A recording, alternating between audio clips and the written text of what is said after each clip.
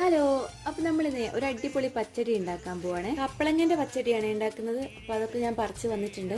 തോലൊക്കെ നന്നായി ചെത്തിയിട്ട് ചെറിയ കഷ്ണങ്ങളാക്കി മുറിച്ചെടുക്കണം. അതുപോലെ ഒന്ന് മുറിച്ചെടുത്തതിന് ശേഷം നമുക്ക് അതിൻ്റെ അകത്തേക്ക് പച്ചമുളകും കൂടെ മുറിച്ചിടാം.